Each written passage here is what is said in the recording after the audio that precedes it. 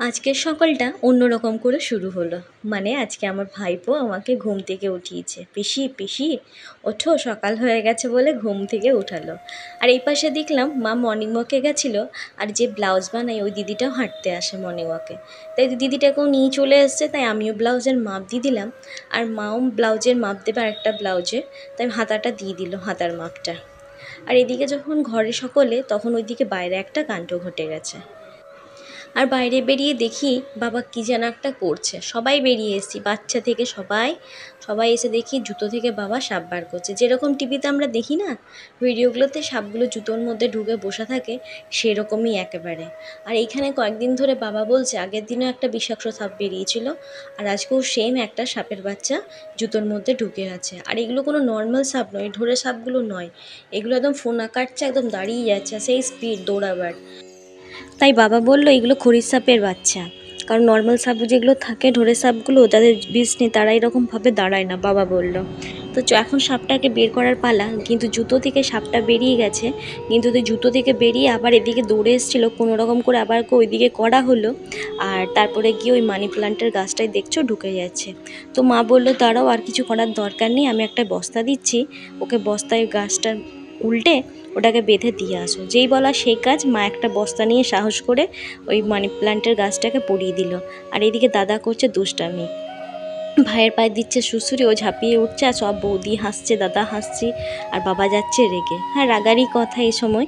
আর বাবা মাই করে, দেখো আমরা যতই বড় হয়ে যাই বাবা মায়ের কাছে ছোট, সাহস করে বাবা মাই সব করছে, আর আমরা কিন্তু দাঁড়িয়ে দাঁড়িয়ে দেখছি। আর দাদা দুষ্টুমি করেই যাচ্ছে, আর বাবা রেগে যাচ্ছে।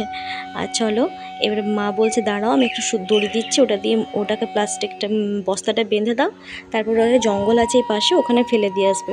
তো দাদা বলছে ওই প্লাস্টিকটা ফেলার আগে, বস্তাটা ফেলার আগে ওই দড়িটা খুলে দিও, নয়তো সাপটা আবার মরে যাবে। তাই মাকে বলছি মা মানি প্লান্ট গাছটাও ফেলে দেবে। মা বলছে থাক বাবা, দরকার নেই, আবার যখন অন্য একটা গাছ এনে লাগানো হবে, আগে সাপটা তো যাক। তারপরে যেই বলা সেই কাজ, বাবাও বেঁধে দিল, ওকে নিয়ে যাচ্ছে। আর এখানে ভাই বদমাশি করেই যাচ্ছে, যে তুমি ভিডিও করছো করো, ওকে বলছি বলে রাগ হয়ে যাচ্ছে, হাসছে। আর এই বাচ্চাগুলো এখন প্রচণ্ড ভয় পেয়ে গেছে। মানে অন্যরকম একটা সকাল শুরু হলো, মানে আতঙ্ক দিয়ে। কিছু করার নাই, ওরাও থাকবে আমরাও থাকবো, কিন্তু নিজেদেরকে সচেতন হয়ে থাকতে হবে। তাই বাবা বললো কালকে এই পাঁচিলগুলো সব রং করে দেবো সাদা, আর পিছনে এক জায়গায় ফাঁকা আছে সেটা প্লাস্টার করে ওখানে কতগুলো ইট বসিয়ে দেবো।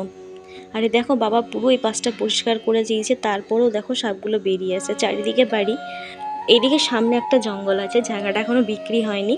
তো ওইখান থেকেই গাছপালা প্রচুর, ওইখানের থেকে মনে হয় সাপটা বেরাই। আর এই দুটো এখন ভয়ের মুখে দেখো ছাপ। আর এখন অনেকটা সময় হয়ে গেছে, সকালে জলখাবার খাওয়া সকলের কমপ্লিট।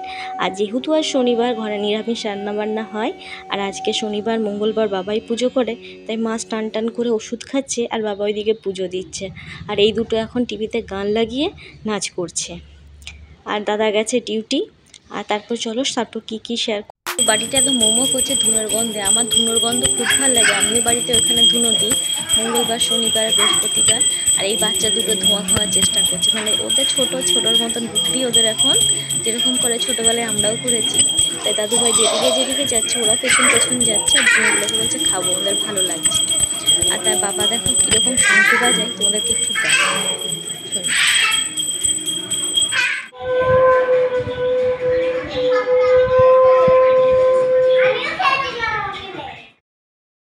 আর এদিকে বাবার পুজো দেওয়া কমপ্লিট, বাবাও এখন নাতি নাতনিদের সঙ্গে দেখো নাচ করছে। তাই এটা একটু ক্যামেরা বন্দি করে নিয়ে নিলাম। আর আমার মেয়ে আজকে ভালোই দুষ্টুমি করছে। আর ওদিকে আমার ভাইপো যত খেলনাও সব বের করে দিয়েছে। আর এখন ঘড়ির কাঁটায় একটা খেতে বসে গেছি। আজকে নিরামিষ খাবার, সেরকম কিছু করা হয়নি। আলু মাখা করেছে, ভেন্ডি আলুর তরকারি আর ডাল ভাত। আর সকালে পেঁপে আলুর তরকারি ছিল একটা, সেটাই। আর এই খাবার দেখে মেয়ে আমার এখন খেতে চাইছে না।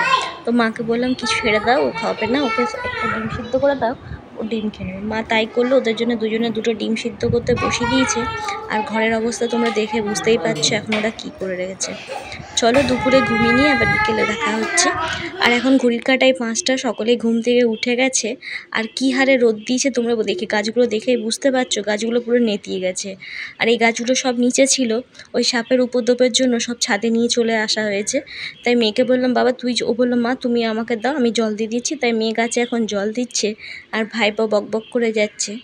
আর মেয়ের হচ্ছে 26 তারিখ থেকে পরীক্ষা, তাই আর এই বেলা কোনো ভিডিও করব না, ভাবছি মেয়েটাকে নিয়ে পড়তে বসাবো। আরে দেখো এই জঙ্গলটা, যে জঙ্গলের কথা বলছিলাম, এই জঙ্গলটা সেই জঙ্গলটা রয়েছে এদিকে। আর মেয়ে গাছে জল দিচ্ছে। মাকে বললাম দাঁড়াও, আমার বাড়িতে আমাদের বাগানের সূর্যমুখী ফুলের আর গাঁদা ফুলের চারা রয়েছে, সেগুলো তোমাকে এনে দেবো। মা বললো এনে দিস, তাইলে আমি কয়েকটা টবের নয় এখানে লাগাবো। চলো আজকের ভিডিওটা আর এখানে বড় করছি না, এরকম বসে খেয়ে বাবার বাড়িতে 2 দিন কেটে গেল। আর নেক্সট ব্লগটা পরের দিন শেয়ার করব। আর চলো এখানে ভিডিওটা শেষ করছি, ওই বেলা আর কোনো ভিডিও করার ইচ্ছে নেই, কারণ মেয়েকে পড়তে বসাবো। ততক্ষণ সকলে ভালো থেকো, সুস্থ থেকো, আর আমার সঙ্গে আমার ব্লগে যুক্ত থেকো।